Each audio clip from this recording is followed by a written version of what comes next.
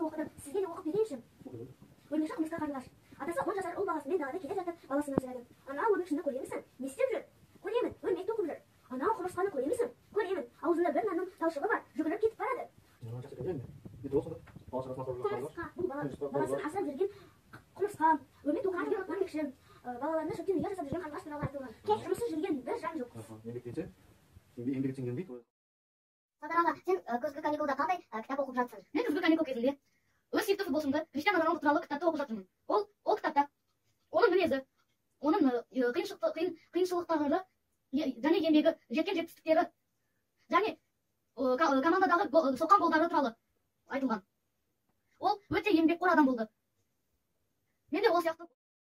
Әкешім, мен күздік демалыста Ақ Ордасы білімнің шығыстағы кітабын оқыдым. Мен оның үзіндісін оқып берейінші. 1923 жылдың 17 қаңтарында Өскемен қаласында шетел оқытатын мұғалімдер семинариясы ашылды. 1920 жылдан бастап шығыс Қазақстанда қазақ мектептері ашыла бастады. Қазақ мектептерінің ашуы үлкен қиындықтардан өтті. Қазақ мұғалімдері жеткіліксіз болғандықтан олардың орнына орыс мұғалімдері сабақ берді. Арнайы мектеп үйлері болмай, жеке меншік үйлерде сабақ өтті. Мебель, оқулықтар, оқу құралдары жетіспеді. Мұғалімдердің көбіне тиісті білімдер болмады. Осындай қиындықтарға қарамастан оқу ағарту жұмысы біртіндеп жақсара бастады. Жылдан жылға мектеп және оқушылар саны көбейді.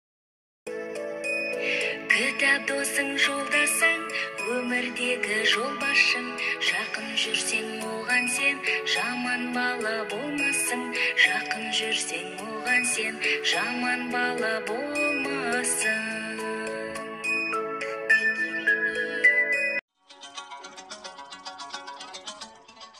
Темірәли, Аяру, сендер кедейлік неден болатынын білесіңдер ме? Жоқ. Онда мен сендерге Төле бидің сөзін оқып берейін. Кедейлік неден? Деп сұрапты біреу Төле биден. Кедейлік 3 ағайынды. Оның тұңғышысы кежірлік, ортаншысы еріншектік, кенжесі ұйқы. Осы үшеуінің бойына үйір қылмаған адам кедей болмайды, деп жауап берді Төле би. Ұқтыңдар ма?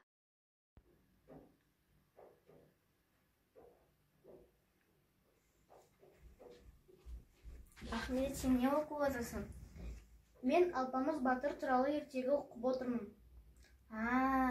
Алпамыс батыр ол кім? Ол 17 ғасырдағы қалмақ шапқыншылығына қарсы күрескен батыр. Қызық екен. Маған оқып берші. Бұрынғы өткен заманда Жиделі Байсын деген жерде, Қоңырат деген елде Байбөрі деген бай болыпты. Оған әскер қатарына алынған өзге жауынгерлермен бірге ұзақ жаттықты. Ең қиын ұзын бағанға өрмелеп шығып, садақтың жеберлерін жинап алу еді. Бірде-бірі оны орындай алмады. Дегенмен Мулан бар күші мен ынтасын салып, ақыры тапсырманы мүлтіксіз орындады. Илья, сен биыл 1-ші классқа бардың. Әріп танып, кітап өзін оқи аласың. Сен қандай кітап ал келдің? Аға, мынау батырлар жыры. Ой, мынау өте қиын кітап, Илья. Ендеше екеуміз оны оқып бастайық.